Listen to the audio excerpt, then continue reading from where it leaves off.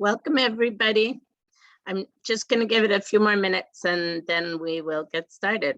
We have some more people coming in and joining us, so we'll hang on a few more minutes.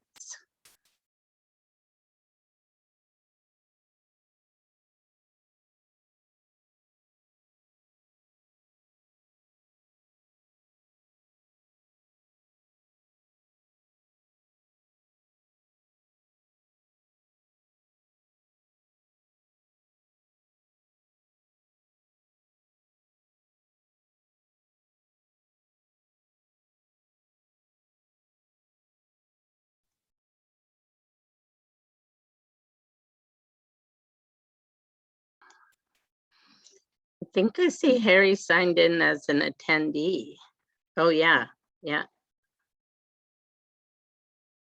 Lorena or Lisa, I think if he wants to share a screen, he needs to sign in as a He needs to sign in as analyst. a presenter. He needs to log into his account. Okay. Just give me 1 second here. I'll send him a message too. Okay.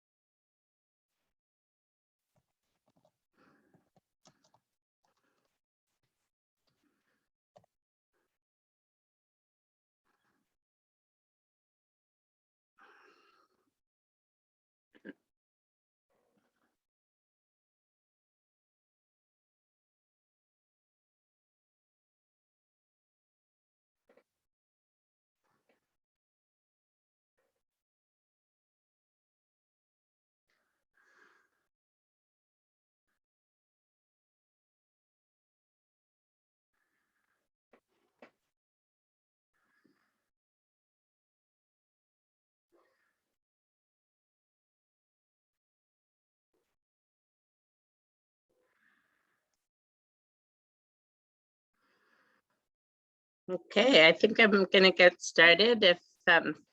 So welcome everybody to A&O Support Services for Older Adults. I just promoted him as a panelist instead. Okay. We can hear you, Lorena. Yeah, I just promoted him as a panelist. Okay, there's Harry. Hi, Harry. Welcome. Hey, Maureen, thank you. Are you able to hear me? Yes. Okay, perfect. Good. So I'm just welcoming everyone to A&O Support Services for Older Adults, Senior Immigrant Safety Expo. So welcome. We have 3 exciting days of presentations, and unfortunately, I'm not able to see all of you today, but I can see your names on our list, so welcome. I wanted to start off by also mentioning that this series of presentations is funded by New Horizons for Seniors. So thanks to them for the funding. I'm going to start off by doing a land acknowledgement and letting you know, in the spirit of reconciliation, we acknowledge that Manitoba is on the traditional land of the Cree, Oji-Cree, Ojibwe, Dakota, and Dene people, and the homeland of the Métis Nation. And we are coming to you today from Treaty 1 territory. So before we get started, I briefly wanted to introduce our presenters today. So we have Lisa here from A&O Support Services for Older Adults. She's our SafetyAid coordinator, and she is a certified athletic therapist and also works with injured patients in private practice. So welcome, Lisa. We also have Harry here with us today. Harry is an occupational therapist that works with A&O and on our falls prevention program. So we're really happy to have you here today. I think that's all. Oh, I wanted to remind everyone that if we can't see or hear you today other than our panelists. So if you have a question, you will please put it into the chat or the Q&A. Either one of those would work. And we will look at the questions at the end. I also wanted to let you know that we have 3 prizes to give away today for coming. So at the end, I'm going to just randomly pick 3 names from our list and announce who are the lucky winners, and we'll be sending those in the mail. So I think that's it. So you guys can take it away. Thanks. Thank you, Maureen. I'll just share my screen here.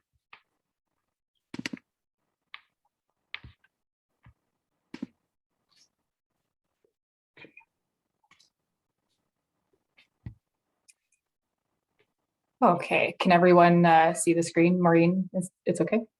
Yeah, great.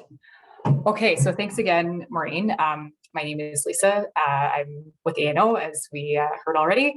Harry and I are going to be presenting about our SafetyAid program, and a few tips on how to prevent falls as well is in the presentation today. So like we said, if anyone has any questions, just type them into the Q&A box.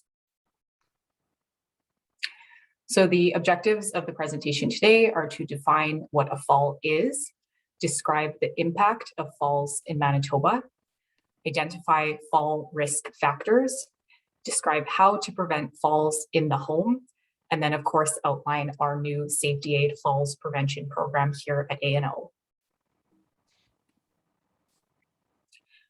So the definition of a fall is unintentionally coming to rest on the ground, floor, or lower level with or without injury.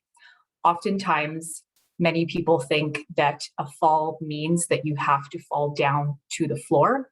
That is not the case. Should you lose your balance and trip, maybe catch yourself on a chair, couch, lower level of any sort, that would still be considered a fall. The most important takeaway of this slide is that falls are preventable. So here's a little infographic. I know there's a lot of different points on the slide here, but we'll bring your attention to a few of them. Falls will cost Canada $4.4 billion by 2031. So that's a huge amount. Most unintentional injury hospitalizations in Winnipeg are due to falls. So a lot of people do end up in the hospital after a fall. Many older Canadians may return home after being hospitalized for a fall, but they may need home care.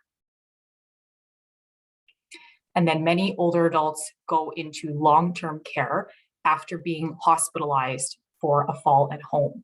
So ending up in a assisted living, ending up in a nursing home, they're not able to return home after their fall. So their ADLs are affected, their activities of daily living, it becomes harder for them to take care of themselves without assistance. So another infographic here, falls are the leading cause of injury among older adults age 65 plus. 68% of fall hospitalizations in Winnipeg are accounted for by older adults. Some common fall-related significant injuries are fractures, so a broken bone, sprains of a ligament, strains of a muscle, or head injuries such as a concussion. And then 83 is the average number of fall-related deaths among older Winnipeggers. And actually that slide is cut off, so I do apologize. So the impact of falls on older adults, falls impact the individual who fell, of course, their family, and the community. Someone who falls once is twice as likely to fall again. Many negative impacts of a fall can include mental health issues, so maybe being afraid of falling, a decline in overall physical health, increased risk of early death, difficulties in everyday functioning. So again, your activities of daily living, such as maybe walking to get your mail, getting out of bed, having a shower, become much more difficult after a fall. and that decreases your overall quality of life. So there are some fall risk factors. If you bring your attention to this chart, we've got the 4 risk factors listed and then some examples below. So we'll start with biological/intrinsic. So examples of these fall risk factors would be balance deficiencies. So maybe you are losing your balance more often than you were before.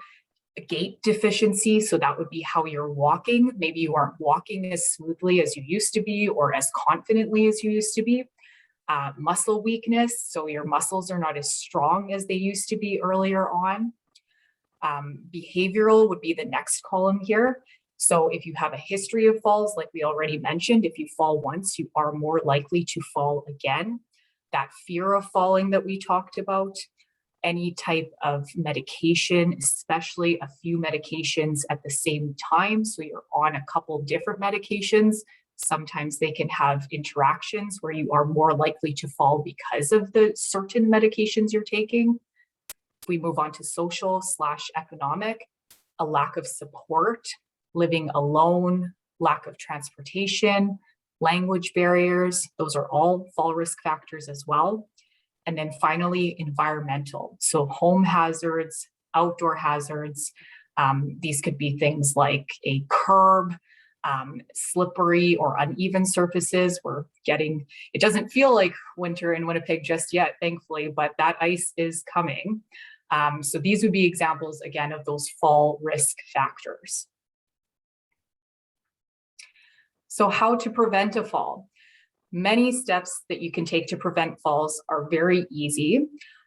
Some of them take a little bit more planning, but there are some that you can implement into your life right away. So the first thing, exercise, is one of the most important ways that you can prevent a fall.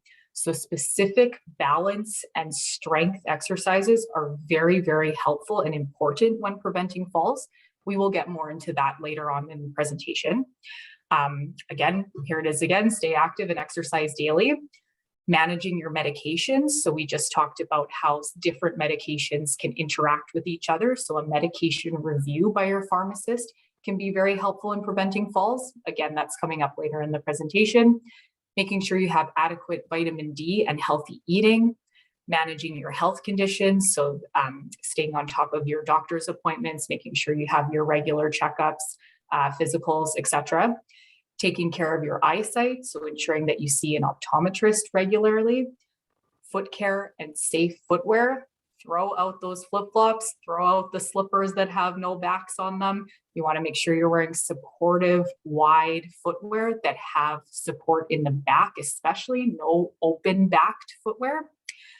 And then you want to identify, remove, and report hazards. So again, whether these are hazards in your home, such as a floor rug that's in your, an area rug in your family room, or reporting a sidewalk that is uneven outside your home.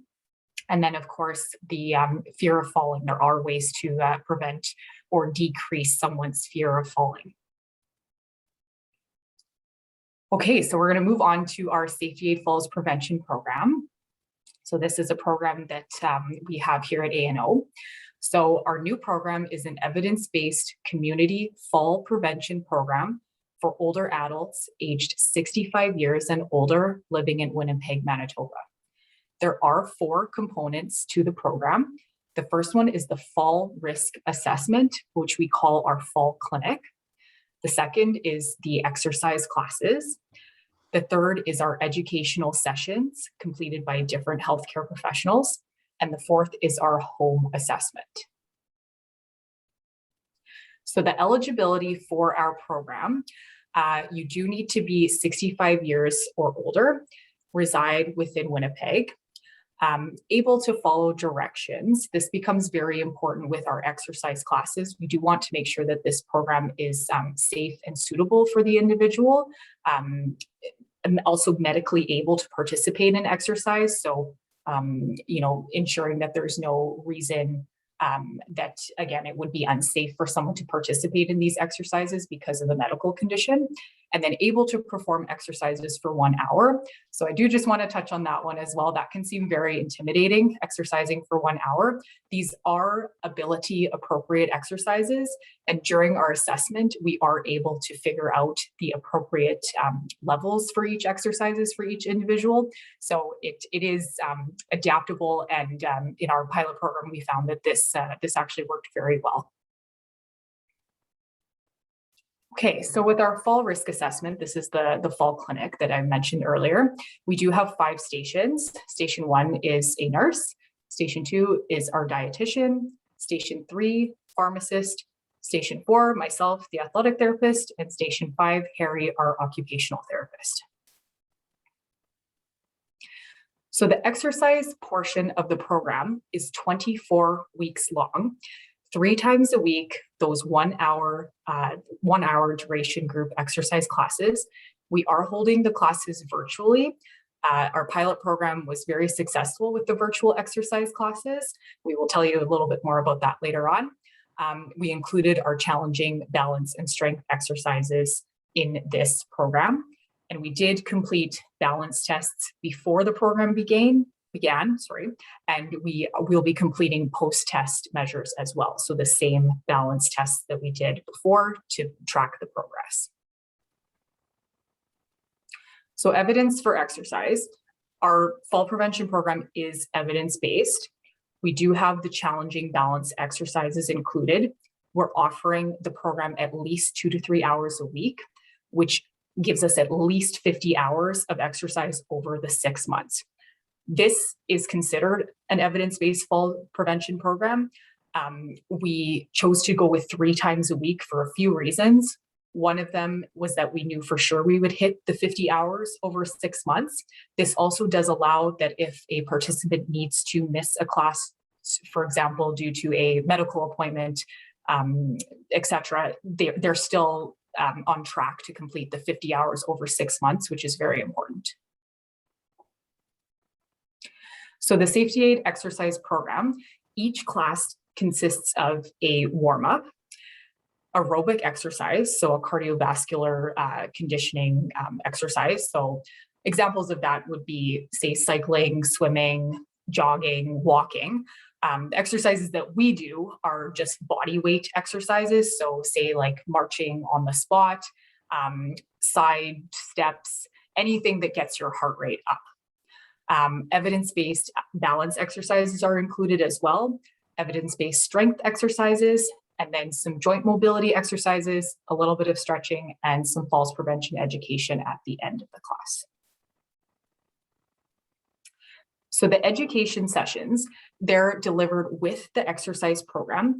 How we did it was we started the education session 30 minutes before one of the exercise sessions. We did these sessions about 2 to 3 times a month. We have 12 of them in total. They are listed on the next slide. They are 15 to 20 minute presentations with about 5 to 10 minutes of questions after the presentation, and they are conducted by an appropriate service provider in whatever area we have chosen. So here's a list of these educational topics. So preventing falls and reducing fall injuries was one of our sessions. A little bit more info on staying active and exercising, medication reviewing, urinary incontinence, footwear, vision, nutrition, sleep, falls and hazards. There's part 1 and 2, the home environment, and then safety equipment in the home, and then getting up from a fall. And then our last session, we did decide to retain a clinical psychologist and do a COVID-19 and mental health presentation. Okay, this is where I'm going to pass it off to Harry. So go ahead, Harry. Thank you. Thank you, Lisa, and good afternoon, everyone. So Lisa talked about our first couple of components of the SafetyAid program, which was the fall clinic, the exercise component, and the educational sessions. So the last piece that kind of ties everything up is the home assessment. So during this home assessment, what we're looking to do is eliminate any home hazards that are both inside the home and around the home. Very important, again, living in Winnipeg, our outdoors can become very hazardous, especially around that wintertime with that snow and ice. So we also want to reduce the fall risk in the client's home. So that's the whole purpose of these home assessments. We're looking to identify potential areas where the fall risk may be evident in addition to the home hazards. So where do people spend the most amount of time in their day? Are you using the bathroom, the bedroom, the living room, wherever it is? We're taking a look at how everything is set up and making recommendations on how to potentially be safer in the home.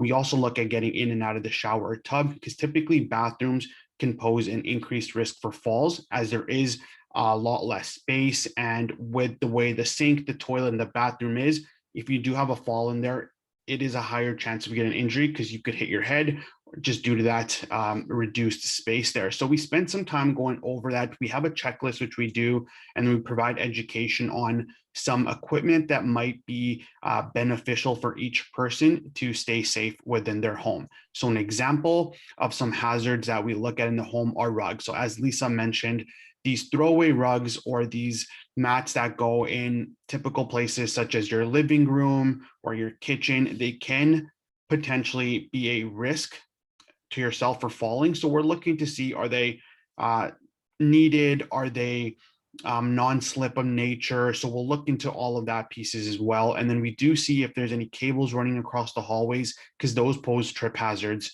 as well. Lighting is also a big piece of staying safe at home. So we want to make sure that whether you're sleeping in your bed and whereabouts your bathroom is, do you have enough light to see where you're going, especially in hallways, and stairs is another area that can be potentially hazardous for falls. So we want to make sure that things are clear of clutter and we're able to identify the edge of the stairs, especially outdoors as well, because sometimes with our ice, it can become black ice and we won't be able to see where the edge is, and increasing our risk for falling. So during our home assessment, we do an in-depth thorough analysis of the home and outside the home to identify these risks and come up with recommendations on how to prevent from falling.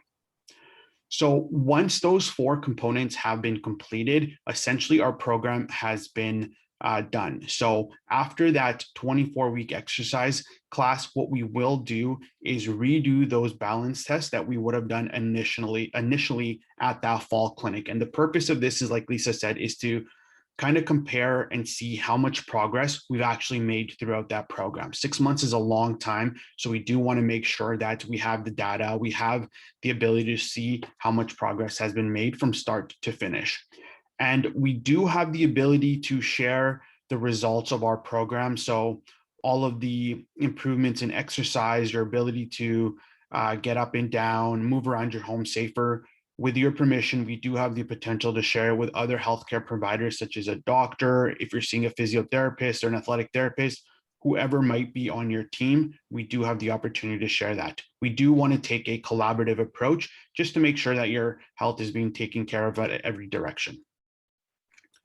So once our program does complete or is completed afterwards, what we're going to look to do is follow up. One of the key pieces that we're looking for is at the 2-week and the 2-month mark is, are people still continuing to exercise?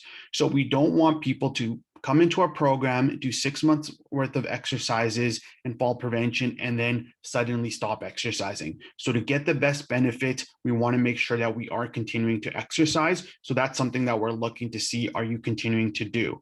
And then we're also going to look at, have you had any falls and or slips or trips, etc., been hospitalized as well? Because we want to make sure that you're receiving the most benefit from our program here. And we do the exact same follow-up at 2 months. The whole purpose of this is making sure that you're able to continue to be safe inside your home. This here is just a program flowchart of what our program looks like. So what ends up happening is we receive a referral for someone who's interested in our program. We then do the intake and screening to make sure that the program is going to be a good fit for the individual. Then we go through our assessment in terms of the fall clinic. At some point between the fall clinic and the completion of the program, we do that home assessment piece. And of course, we have our exercise program, which is 24 weeks long. So at the end of that 24-week period, that's when the program completes. I'm going to very quickly go through a case example here just to give you an idea of what exactly our program looks like. And we'll go into a little bit detailed specifics of what some of our stations look like. So here, if we use the example of Mr. Smith, who's 65 years old and he lives here in Winnipeg, he's interested in the fall prevention program. So what ends up happening is Mr. Smith refers himself to the SafetyAid program, and it could be done through a doctor, it could be a family member, it could be himself, for example. So lots of different ways to get referred to our program. So we also have memos that we've been sending out to clinics, and we'll continue to do so to get that awareness of the program that we do offer. And then once we receive that referral, we go into the intake and screening. So here, this is where Lisa comes in and confirms eligibility. So she's going to review that referral that was sent to make sure everything's accurate. We're going to screen all of our clients. So we have specific questions that we ask to get to better know you as an individual and see if this program is going to be beneficial. At that same time, we want to address any barriers to participation. So whether that be the length of time, technology, since it's virtual, any sort of piece that might become a barrier, we want to identify and try to overcome, because we don't want someone to not get the benefit of our program based on one or two different barriers. So depending on that barrier, we want to work together to overcome that. And at this point here, after that screening is done, we'll set you up for the fall clinic and set up that initial home visit. At that same time, we do provide documents, because this is a lot of information and we're going to be seeing 5 different healthcare providers. So to help with that, what we do provide is a medication form where you could write down your medication, a home safety checklist, just some extra information to look around and become aware of your surroundings to stay safe. We have what's called the Falls Efficacy Scale International. What that does is it just tries to identify your thoughts and feelings about falling. So that fear of falling aspect that Lisa talked about, that's what we look into addressing as well. And then if you have any glasses or assistive devices, we want to make sure that we're going to be looking at those as well, because there could be very well wear and tear, or it might not be fitted properly, which can increase your risk of falling. So we're going to take a look at all of those different pieces. In terms of the fall clinic, it's done in parts 1 and 2. So first we have our in-person assessment, and then we have our virtual assessment. So in that in-person assessment, that's where we provide that pre-clinic package. We complete the station on a separate day, and you have about 30 to 45 minutes with each healthcare provider. So that gives you enough time to go over all the assessments that they need to go over, and gives you the opportunity to ask questions. So in terms of the in-person assessment, so as Lisa mentioned, we're going to be doing some tests to get balance. So that's one of the reasons why we need to do this in-person assessment. We do what's called the brief best. This is just a simple balance test that looks at a different number of ways on how you're able to recover from your balance, and it just gives us a better idea of where you're at. We also look at getting up from the floor and how you're able to do that. That gives us information as to what type of exercise you might need to perform for that program. So for the exercise program. So we want to really tailor it to each individual person's need.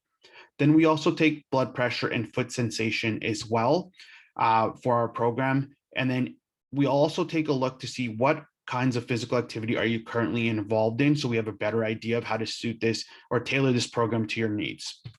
And then we consider the eligibility for that exercise program. At the same time, what we're doing is reviewing that home safety checklist. We'll go over footwear and assistive devices since we are in the home already. So we'll do that quick screening so we have more information. So when we come back to do that initial home or that home assessment, we have more information to work with. And because our program is virtual, when we do come in to do those balance tests, if a tablet is required, we could provide you with the tablet here. So this is kind of based on how our program gets set up, but we did do this for our pilot program where we were providing a tablet, and then we provided education on how to use that tablet as well. So then we'll also schedule the home audit at a later time to review that checklist inside and outside your home. In terms of the virtual assessments, what we're looking at is meeting the nurse. Here, the nurse is just going to get to know you, kind of what your fall history is, any health concerns or conditions you may have, including urinary incontinence, cardiovascular, visual impairment. We're going to do that fear of falling scale. They're going to go over that foot sensation and blood pressure results with you, and they're going to try to identify any other community supports might be beneficial to you. Then afterwards, we have a registered dietitian. So here, what we're looking to do is they're going to ask you questions about what do you typically eat on a any day of the week here. They're going to go over the Canada's food guide and dietary intake of food groups. They're looking at how much vitamin D do you get, calcium, protein, fluid. So they review all these aspects with you and make recommendations that'll help prevent falls and make you healthier. Then in terms of the medication here, you see a pharmacist and they're going to go over your prescriptions, the over-the-counter medication, any herbal supplements that you're taking. And the purpose here is to make sure that you're taking the correct meds as directed and try to identify if there's any sort of interactions that may increase the risk of falling. And then they're going to review the side effects and use of alcohol with the client's medication, if relevant.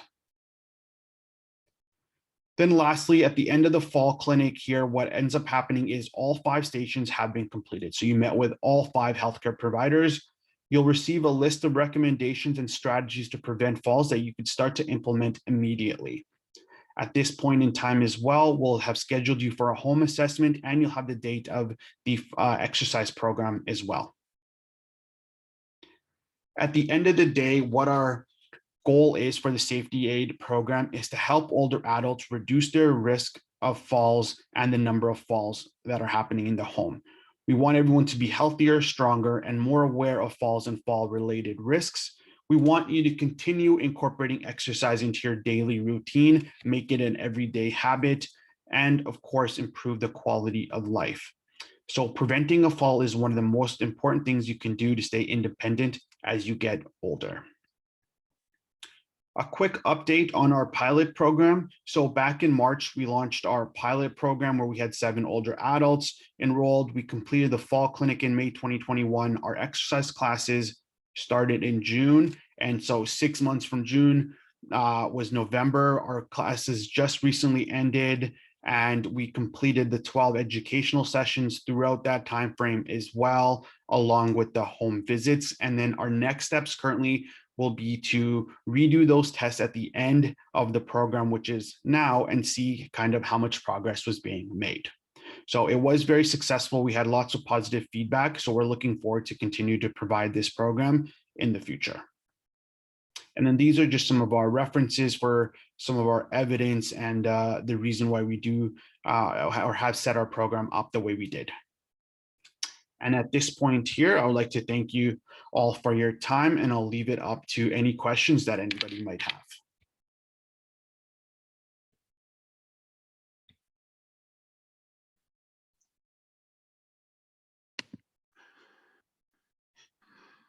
We had one question in the chat that I will just, it was basically about how to join the program. So maybe you can talk for a moment, one of you, about the referral process. And I will just add here that if someone is a current client or a current participant in the Senior Immigrant Settlement Services Program, they can contact Minu and Minu can do an internal referral.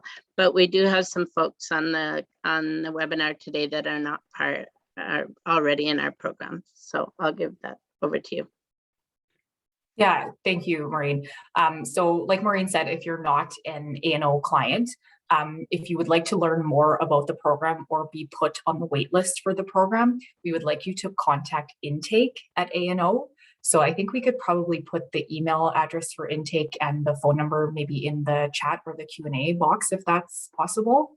And then you can have access to that contact info. There is about a 6-month to 1-year wait list for our program. It's been in huge demand. We are trying to get a second program started ASAP. And as we mentioned, we did just complete our first pilot program. So please do feel free to reach out to Intake and get your name on the wait list or receive some further information.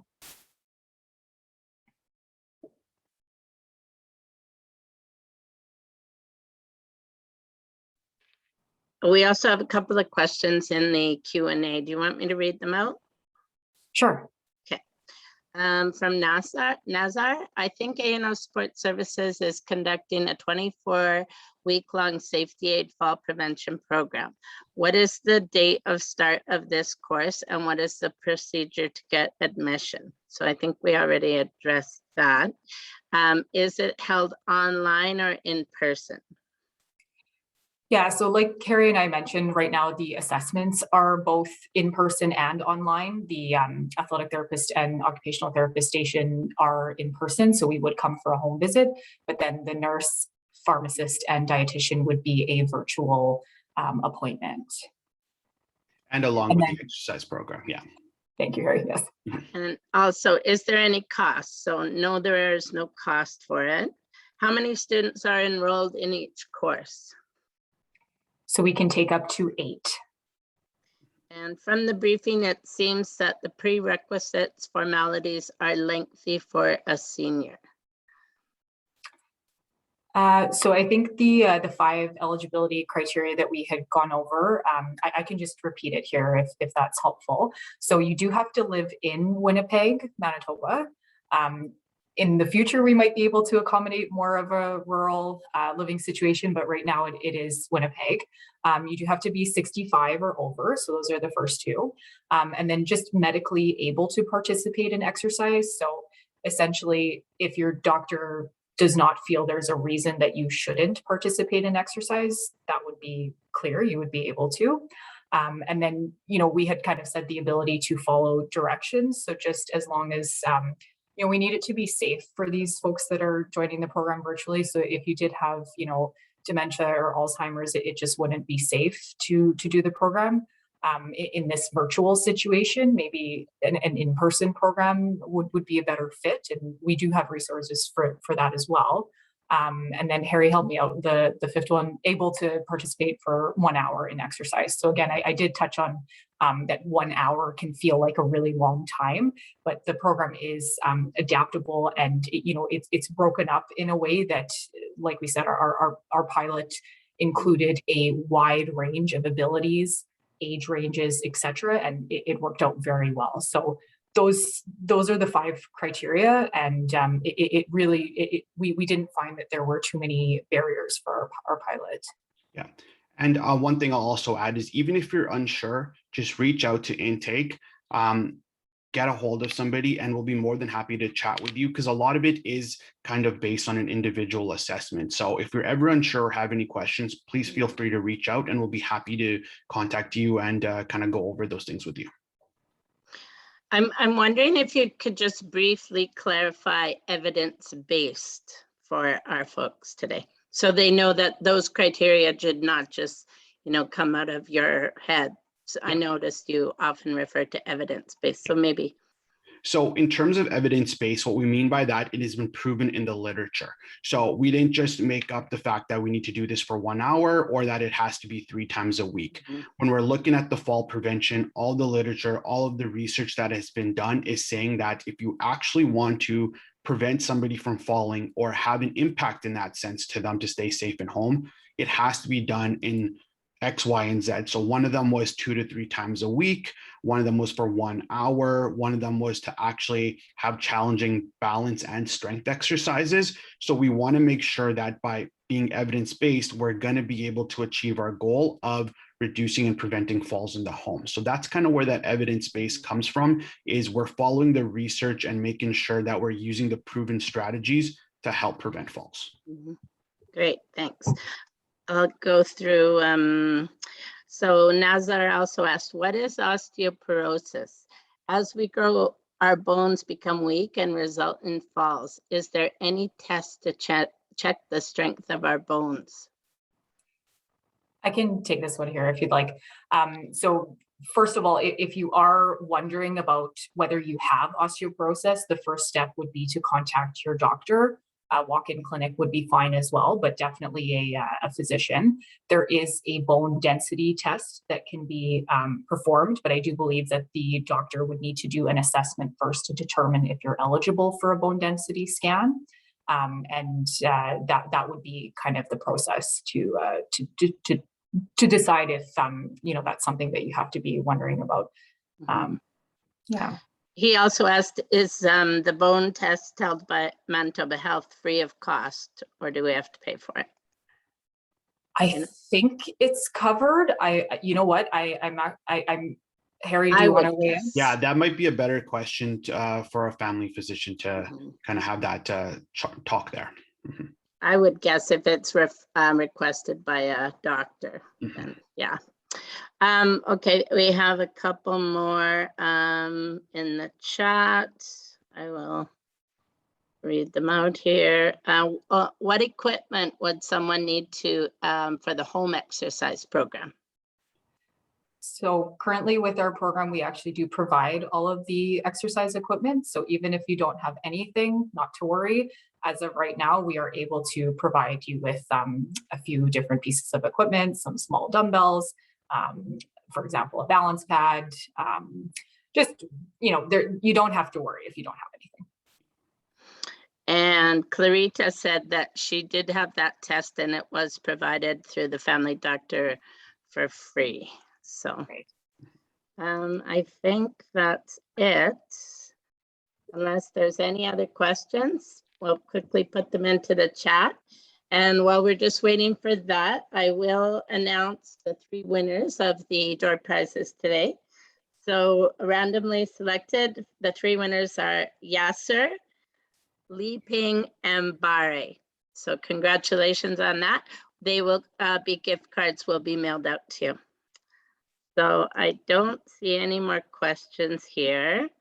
So I'm going to just say thank you so much to Lisa and Harry for presenting at our expo today. And thanks everyone for joining us. We do have another session coming up at 3 p.m. and the topic is medication safety. So that actually kind of is a good follow-up to the falls prevention presentation. So Robin, she's a pharmacist from Taché Pharmacy, will be joining us for that one. So thank you, everyone. Have a great rest of your afternoon, and hopefully we'll see you again. Okay, thanks. Thank you. Thank Bye. you. Okay, bye.